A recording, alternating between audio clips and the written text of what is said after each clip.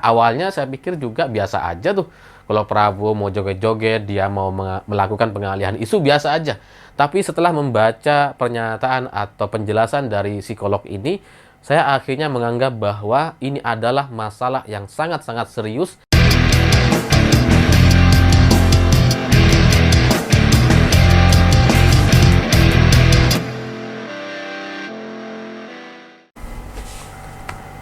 Selamat malam semuanya. Hari ini saya membaca satu berita yang cukup menarik, yaitu komentar seorang psikolog terkait aksi Prabowo yang suka joget-joget. Ya, sebenarnya selama ini kita mempertanyakan gitu ya, kenapa Prabowo ini kayaknya joget gak tahu tempat gitu ya, dikit-dikit joget gitu kan. Ini apa maksudnya gitu. Nah, ternyata menurut psikolog itu memang ada masalah di executive functioning. Jadi orang yang joget gak tahu tempat, yang gak ada musik tiba-tiba joget, gak ada apa-apa tiba-tiba joget, itu karena katanya punya masalah di executive functioning.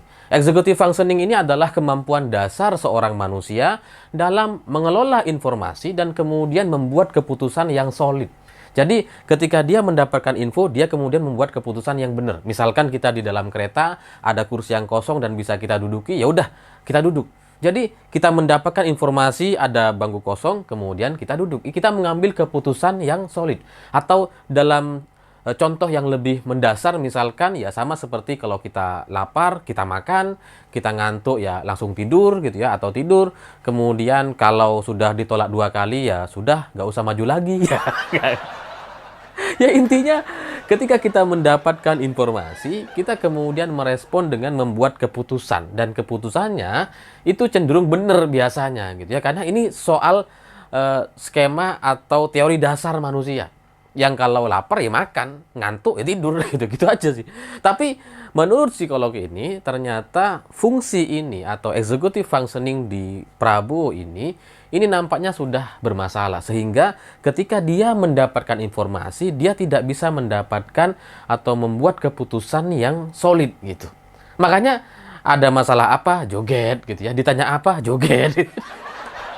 Inilah yang mungkin membuat Prabowo ketika menjadi menteri, dia tidak bisa membuat keputusan-keputusan yang benar. Sama seperti misalkan pesawat bekas gitu ya.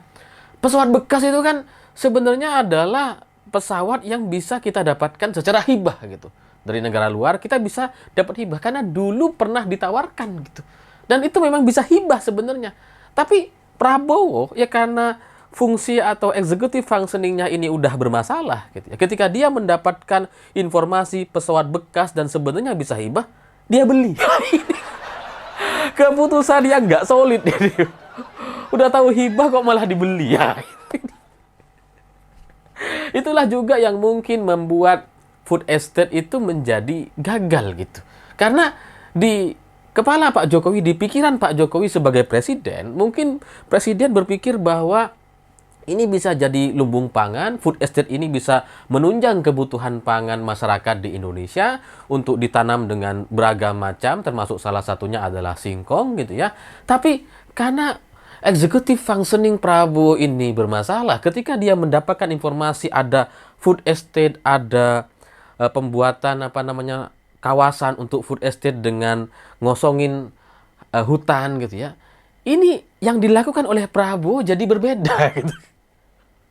Orang mikirnya itu untuk ditanami sama singkong-singkong, tapi di kepala Prabowo mungkin yang dipikirkan, wah ini berarti kita panen kayu ini.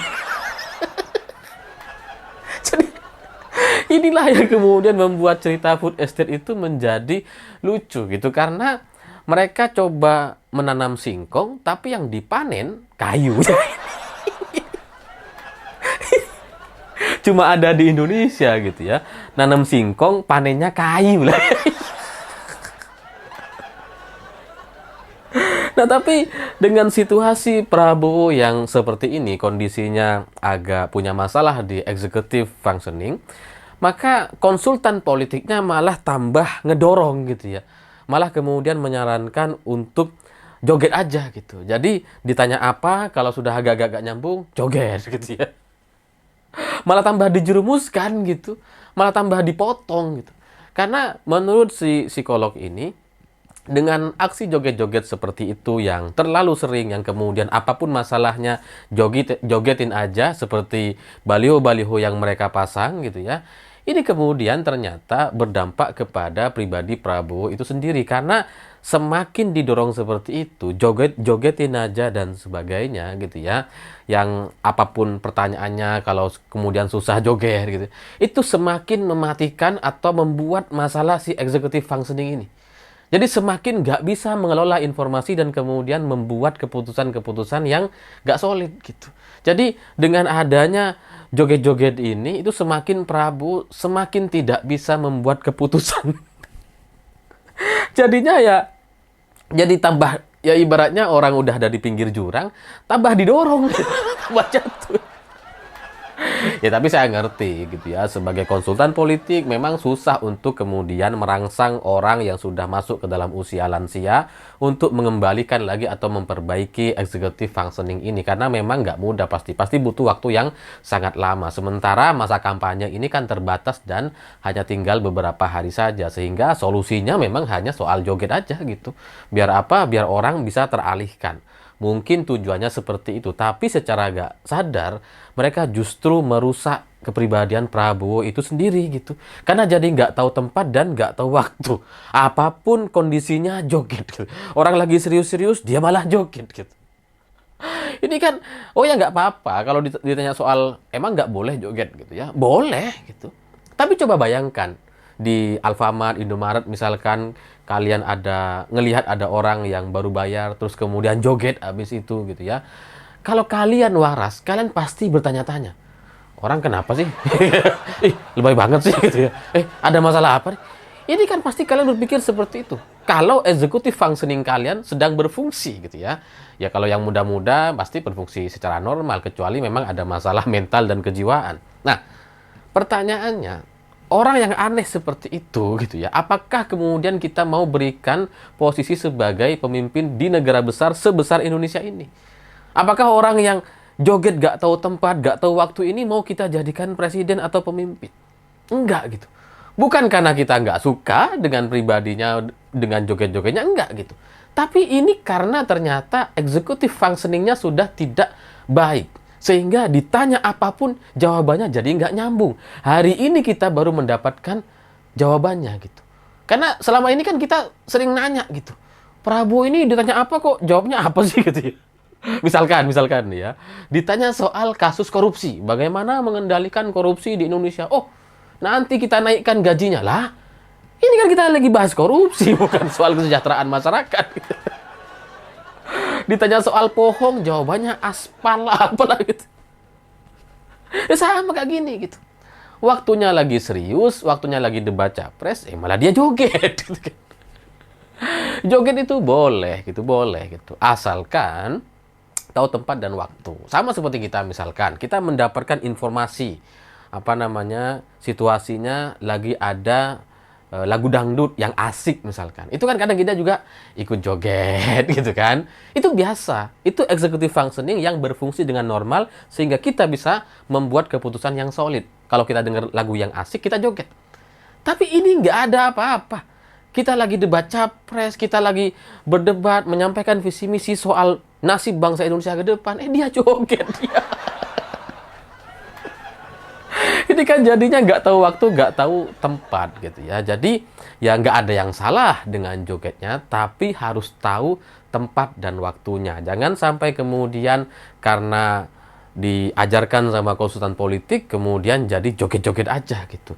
Saya berpikir mungkin banyak orang yang menganggap bahwa wah itu kan biasa aja dan sebagainya. Enggak, ini nggak biasa.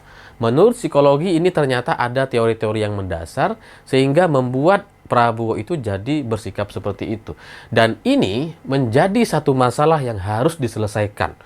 Kenapa ini menjadi masalah? Karena kalau kita melakukan sesuatu tidak sesuai dengan tempat dan waktunya, ini menjadi masalah. Kalau dalam Islam, itu hukumnya dari yang halal bisa haram gitu. Contoh misalkan gitu ya, berhubungan seksual antara suami dan istri yang sah, yang nikah di KUA dan kemudian sudah ada saksinya.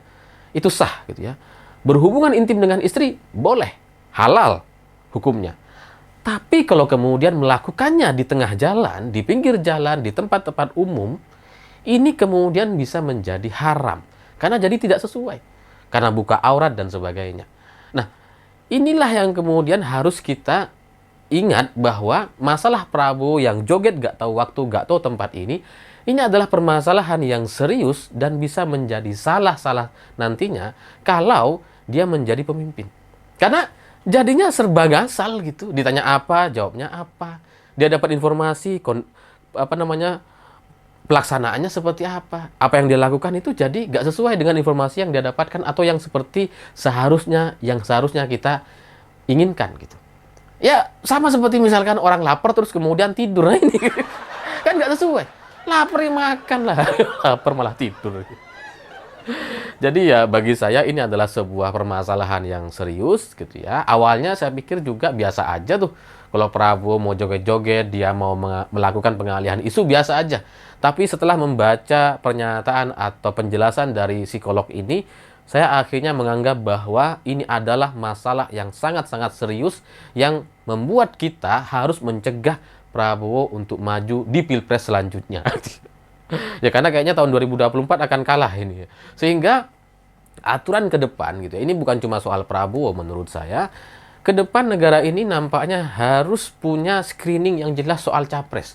Jangan sampai kemudian ada orang yang punya masalah dengan executive functioning seperti ini kemudian diloloskan untuk menjadi capres. Ini membahayakan negara kita. Ini membahayakan nasib ratusan juta orang Indonesia. Karena kalau pemimpinnya tidak bisa membuat keputusan-keputusan mendasar yang seharusnya bisa dia lakukan, ini agak berbahaya gitu. Karena dia bisa melakukan banyak hal yang tidak wajar dan tidak sesuai. Saya pikir itu. Terima kasih sudah menonton. Begitulah kura-kura.